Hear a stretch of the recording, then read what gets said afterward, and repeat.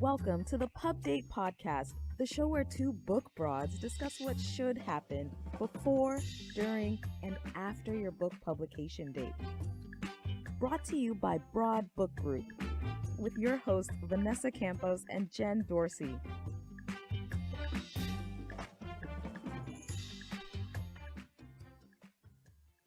Welcome, everyone.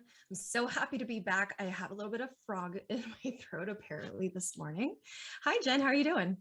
Hi, happy Friday. I am doing well, Vanessa. How are you today? Other than your frog in your throat. I'm doing good. It's the sun is shining. It's another beautiful day here in Southern California. I'm actually really excited today because the person that we have on is a very special person. And I like to think of all teachers to be very special people because I like to think of them also as saints. Right. Excuse Especially me. now. Especially now. But the person that we have on, you and I, Jen, had talked about this earlier in the week where we landed on the conversation of getting into the book publishing industry isn't just a one-way street. Everyone comes in from a completely different background. I came from medical device industry and marketing health insurance. So that's really boring. And you come from a completely different background as well, right? I do. Yeah, I was a journalism major in college and thought I was going to be scoop reporter with a little scoop thing in my hat. And I was a reporter for like a hot minute and realized that I hated it. And then I miraculously got hired by this tiny little book publisher, and the rest is history. And I learned from the ground up like most people do, because like you said, there's no direct path, and there are very few collegiate level programs that teach you how to do book publishing, at least the business side of it. So yeah, boom, here we are. Boom. So we're not going to leave you guys, excuse me, in the dark any longer. Today's guest is Maria Dismondy. She started out in the classroom years before writing 10 books. That's a lot of books. She loved getting powerful messages into the world through realistic fiction, so much so that she began Cardinal Rule Press in 2015. There, Maria uses her experiences as an award-winning author to work with writers on getting their messages into the world. She takes pride in mentoring Cardinal Rule Press authors and offering customized marketing campaigns that her team coordinates and implements. And I love that because most book publishers, they don't really help authors with marketing. So welcome to the Pub Date Podcast, Maria. How are you? I'm good. Thanks for having me, ladies. It is a pleasure. And if anyone's watching on video, you can see Maria's beautiful bookshelf. She's all color coordinated back there. It's gorgeous. Thank you. My kids did that during the pandemic. They had some time on their hands. Good. Hey, keep them busy, right? Yes. That's the way to do it. Absolutely. Absolutely. Well, Maria, why don't you tell us a little bit about yourself, how you decided to go and make that transition from the classroom into the bookshelves? Yeah. I wish somebody could have grabbed the 20-year-old self of Maria Dismondy and told me to, job shadow different businesses and different careers and different paths, because I decided I wanted to be a social worker, and then I switched into teaching, and then I just thought, okay, this is a great job. I'm going to be a teacher for the rest of my life. So I went into teaching first and second grade, loved it. Around 2005, I was looking for a book to read to my class. I had a lot of Indian American students, and I wanted to read a book about having the courage to be yourself when you feel different. And I couldn't find books that really had children as characters back then. And that's when I started feeling very strongly passionate about writing a book. So I wrote Spaghetti in a Hot Dog Bun, and it was published in 2008 by a local Michigan publisher. And the book started to sell, and I started to do speaking engagements. And I quickly realized that working part-time as a writer was going to pay more time working full-time as a teacher. So we started our family, my husband and I resigned from teaching, and I continued to write and speak and raise our three children. So that's really the trajectory of my journey. But, I just really wish that younger self could have maybe taken some business classes or explored. I always loved reading and writing, and I had English as a double major with education, and maybe explored the different paths of literature and jobs that are in the English department. So, and not that I have any regrets, but I really thought you had to select one degree and have that for the rest of your life. And now I went from teacher to author and now publisher. Yeah, I resonate with that because, like Jen, I was also a journalism major. Before that, I was actually an English major. And then afterward, I was like, well, how do I apply my work as a writer? And then I decided to minor in marketing, and everyone in the journalism department was, well, if you go outside of the department, then you're going to extend your time here at the university. I was like, as if I'm ready to go get a job. So I did that anyway. And well, you were better off doing it anyways. Absolutely. So sometimes you just have to trust your gut. Yeah. Tell us a little bit. I got that you wish that you could shadow things. So what are some things that you wish you had known before you got into publishing? Well, running a business and being a team leader, and analyzing numbers and data to make smart and sound decisions, budgeting. I mean, the list goes on. It really does. But really, it's in the area of I would say, like, analytics and business, just really some basic skills that would have been helpful when I started. But, I think I kind of skipped over when I was writing. I did love that, but I got to a point where I no longer wanted the limelight to be about me, like Maria the author, Maria this. I really wanted to take a step back, and I wanted to be the one helping others to get into that limelight. So that's when I started Cardinal Rule Press to help other writers. And then I could do it a little bit differently than other publishers in the fact that I offer free mentoring as part of them being part of our community, and helping them to build their brand and really customizing a campaign that fits them as an individual, and not just, okay, here's the next author and we're going to do X, Y, and Z. I love that. I think you've got to meet authors where they are. Not only from a writing perspective, like to pair them with a great editor, but also from a marketing perspective, because not everybody is the right person to go out on Instagram or to do a TikTok, right? I mean, some people are really great on LinkedIn, at least, like the kinds of books that Vanessa and I do that are more, businessy type of books. You cannot fit a square peg in a round hole. So I think you're right on the money there. You've got to kind of harness the power of what they do very well and run with it. Mm-hmm. Absolutely. So I really appreciate the fact that you saw that there was a hole in the market for children's books, and you just took it upon yourself, because that's, I think, the most important part is finding a hole in the market, filling it with really good content. And I think, to your point, getting in front of that audience and making sure that you and the reason why you're doing it and your mission is very clear. So I'd love to hear a little bit more about, the types of authors that you work with and what you're looking for to kind of expand this, your mission, basically. For sure. We don't have any huge requirements as far as authors. We have worked with debut authors. We've worked with seasoned authors. We're looking for good stories. We're looking for realistic fiction. So we still really want to have every modern day child out there be able to pick up one of our books and see themselves somewhere in those pages. And I think that is becoming more of a norm, but I've been asked to step outside of that focus area that we're in, and I'm still filling that hole. That hole still has a long ways to go. So we're not quite ready to go out of that realistic fiction just yet. As far as books, we're also focused on the character traits that we feel build resilient children. Before the pandemic happened, we have been publishing books about perseverance and triumph and growth mindset. And so it's really focusing on those types of positive character traits, realistic fiction. And then we also want to empower children in the fact that our characters are not going to adults to solve their problems. Our characters are trying different ways to fix their problems. They're failing, they're learning from their mistakes, and they're figuring it out.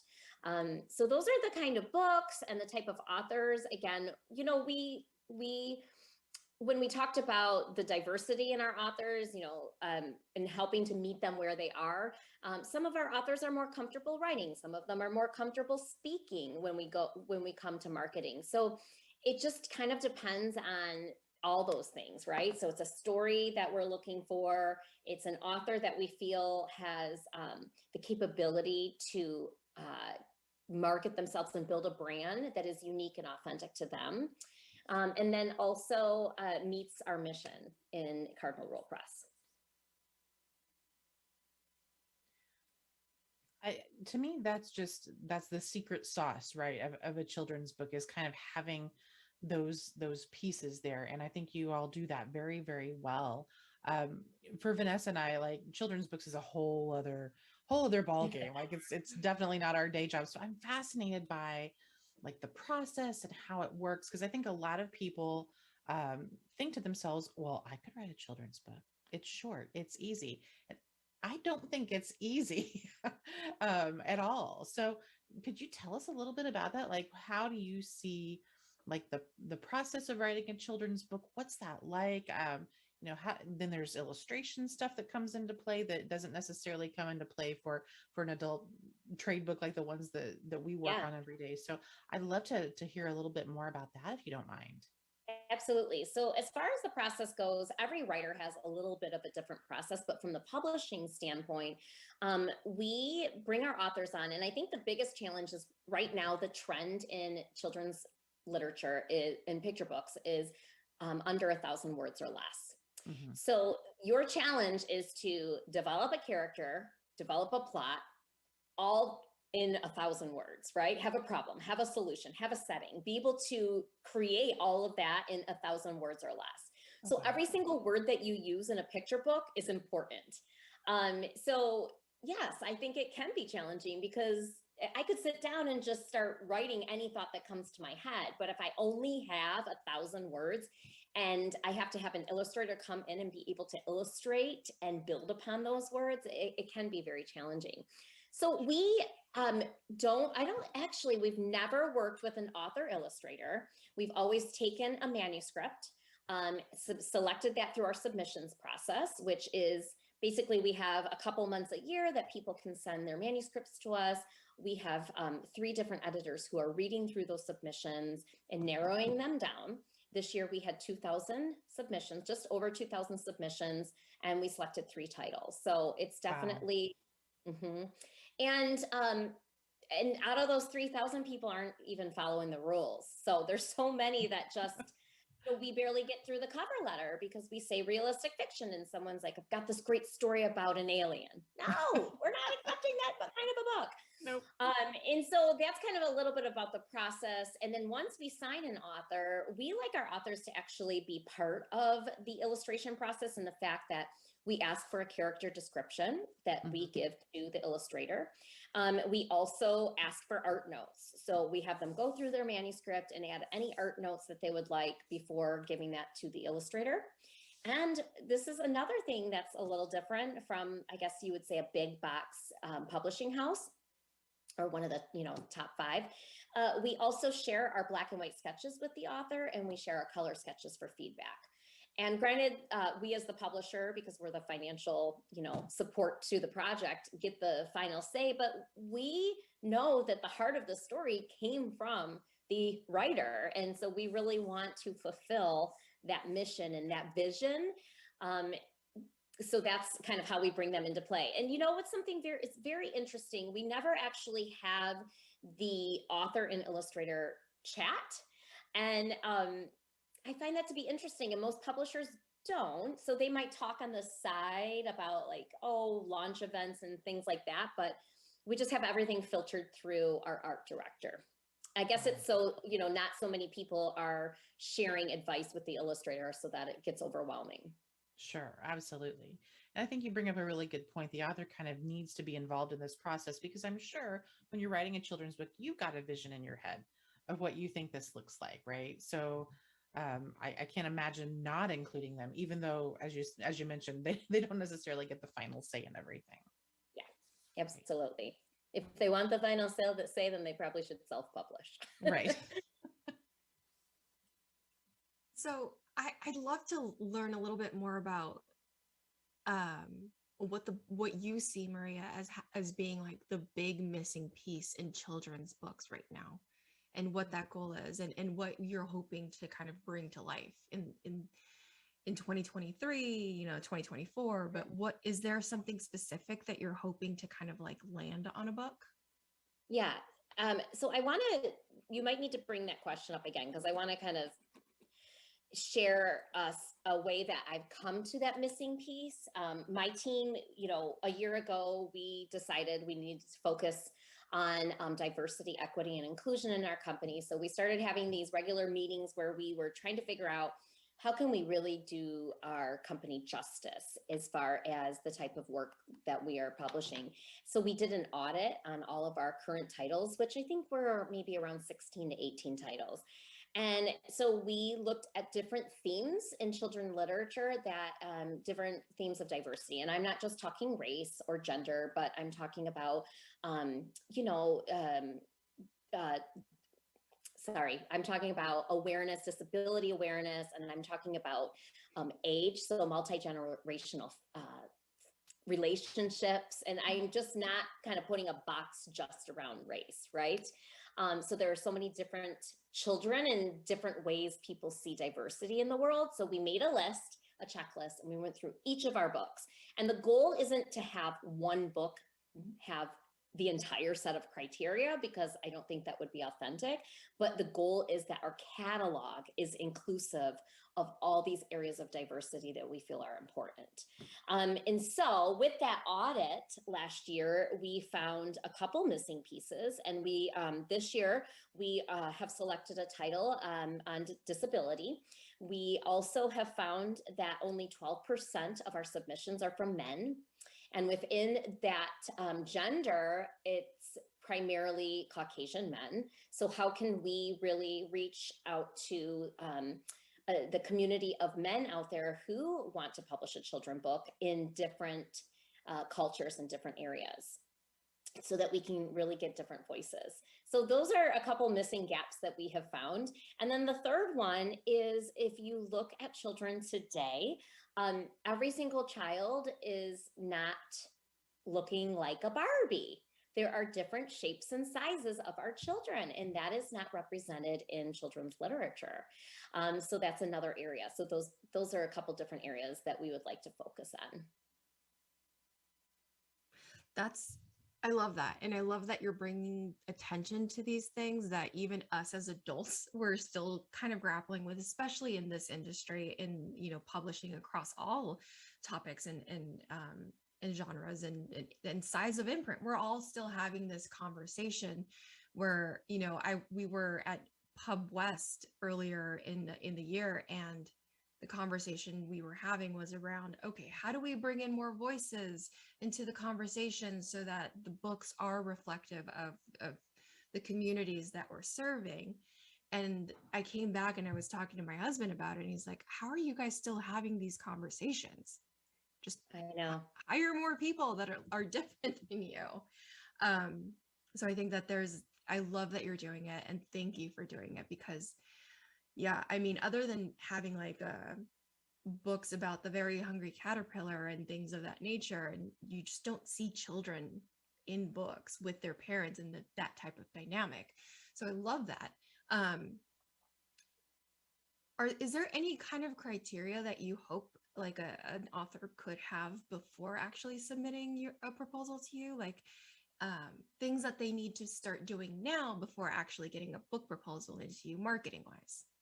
Yeah, it's not a requirement, but when we get down to that last 25 manuscripts, and then we narrow it down to 10, and then we narrow it down to 5, at that point, we're looking at the author's platform, and do they have, not just are they a published author, because that, you can have a platform and not be a published author, but have you started creating an audience out there? Do you have an Instagram? Do you have a blog or a website where you've been connecting with different readers and sharing your writing and sharing your process with them?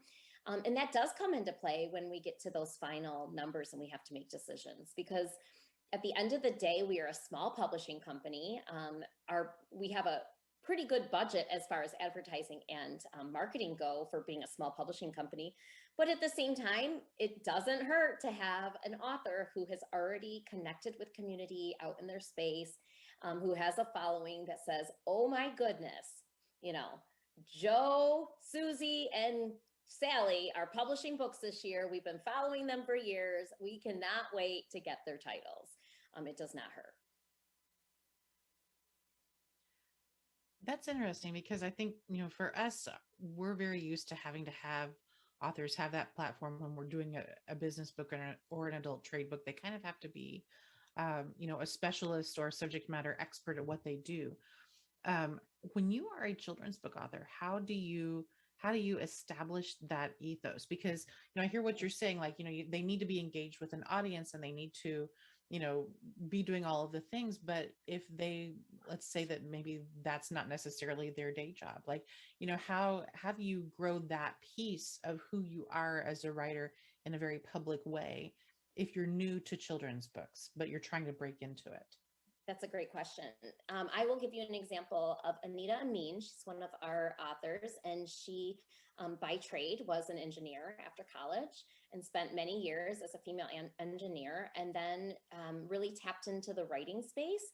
And she has written for Highlights magazine, and she has several work for hire books that are in the STEM or STEAM focus, so science, technology, engineering, and math. And then she published a book with us called Raja's Pet Camel.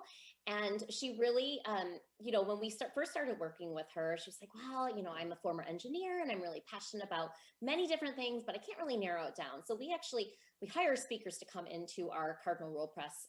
We call it the Academy, but it's like our little family of authors. And so we had a woman come in and really talk about, well, what is it? Why do you write these books? And what is it that you want to share with children? And so what she did is she helped Anita come to basically, what is your mission? What is your vision? And what ignites you about this writing? And that's really what you're going to focus on. And we have another author who discovered that, she loves writing poetry and that's her thing. And we published a book last year of hers written all in simile and metaphors. So every author has a different, I would say, passion. We have an author this year, Vanessa Garcia, who is an activist in the Free Cuba camp, like the Free Cuba movement that's out there. And she's gone to Congress and she's out there standing at the rallies in the front lines. And so she's very passionate about her culture and her background and where her roots are from. And the book that she's publishing with us is about her and her grandfather baking in the kitchen and him sharing their Cuban roots with her through baking. So, I think it's just so helpful to help those writers, and it's not going to be the same for everyone, right? For the writing that I did as an author, my whole focus has always been on feeling good about yourself for kids. I want kids to discover that they're unique just the way they are. They can eat silly kinds of food. They can have big hair. But at the end of the day, they're loved by someone in the world, whether they're in their home or in the classroom. They are loved and they're unique just the way they are. So it's going to be different for each author. And it's just really discovering that. And then that's your content, ladies. That's the expertise per se, right? So in the children's industry, that's really what you're going to be on your platform talking about. So Anita's out there talking about STEM activities and all that. And, Vanessa's talking about tradition and family roots, and Michelle is talking about poetry, and she teaches poetry through different lesson plans on her website too. That's great. That sounds like just a really organic way to grow that piece of you. And I love hearing you say that, they've got an interest, they've got something that they're already kind of stepping into or doing. And the children's book just ends up being a really wonderful, natural extension of that, right? Yep, for sure. So believe it or not, even when we were at different imprints, we have several authors who reach out and it's like, okay, we're obviously a business book imprint. We obviously work with nonfiction authors, but we will get those, hey, I've got a really good proposal here. It's for a children's book, but it's a very complicated topic. So we always like to connect people and say, yes, this isn't for us. But we know of a great publisher? How can people reach out to you if they have something that's, you know, something that is within this realm of the conversation that we have been having?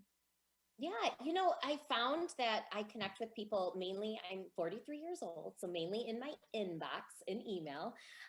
So people can email me at maria@cardinalrulepress.com. And then if they reach out to us on social media, usually a team member is going to answer that. And if it's something they can't answer, they reach out to me. But I love connecting with community and answering questions. So if any of your listeners would like to reach out and chat with me, I'm happy to hear from them. Perfect. Thank you so much, Maria, for joining us today, for sharing your background and your route to book publishing, and really for sharing your mission. And I think that it's an important one, especially as adults having it still today in 2022, that you're bringing it in the conversation to the younger audience. And I think that if that conversation starts at a younger age, then hopefully by the time that they get into our positions, then this won't be a conversation because it'll just be natural. Absolutely. We are raising those leaders for the next generation. So I'm here for it. Well, thank you again for joining us, Maria, and we're so happy to have you. Please join us again. Absolutely. And thank you to our producer, Paul Roberts of OC Talk Radio, and our executive producer, Emily Carpenter-Pulskamp of Little Red Communications. Until next time. See ya. Bye-bye.